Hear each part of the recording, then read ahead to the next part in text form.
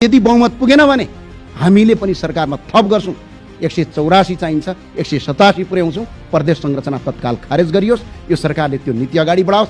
वार्षिक 1 खर्ब भन्दा बढी जनताको कर आज प्रदेश संरचना नाममा खर्च भइरहेको छ। यो पैसा बचाइयोस्। यहाँ को कांग्रेस, को एमाले, को रासपा, को रापरबा, को श्रम संस्कृति, को माओवादी या को तारो भन्ने होइन। हामी सबै नेपाली हो। यो दलगत स्वार्थ त्यागेर सुशासन र विधिको शासन र प्रजातान्त्रिक अभ्यासका लागि हामी एक डिक्का हुनुपर्छ भन्ने मलाई लाग्छ र हामी एक डिक्का हुन्छौं पनि। आज 81% हिन्दूहरूको देश हो यो। झण्डै 9% बुद्धिस्टको देश हो।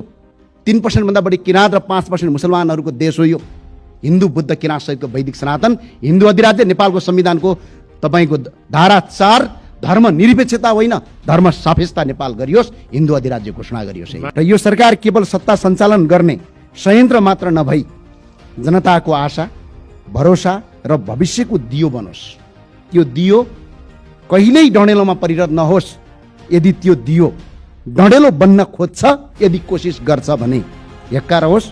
त्यसलाई नियन्त्रण गर्ने, त्यसलाई निभाउने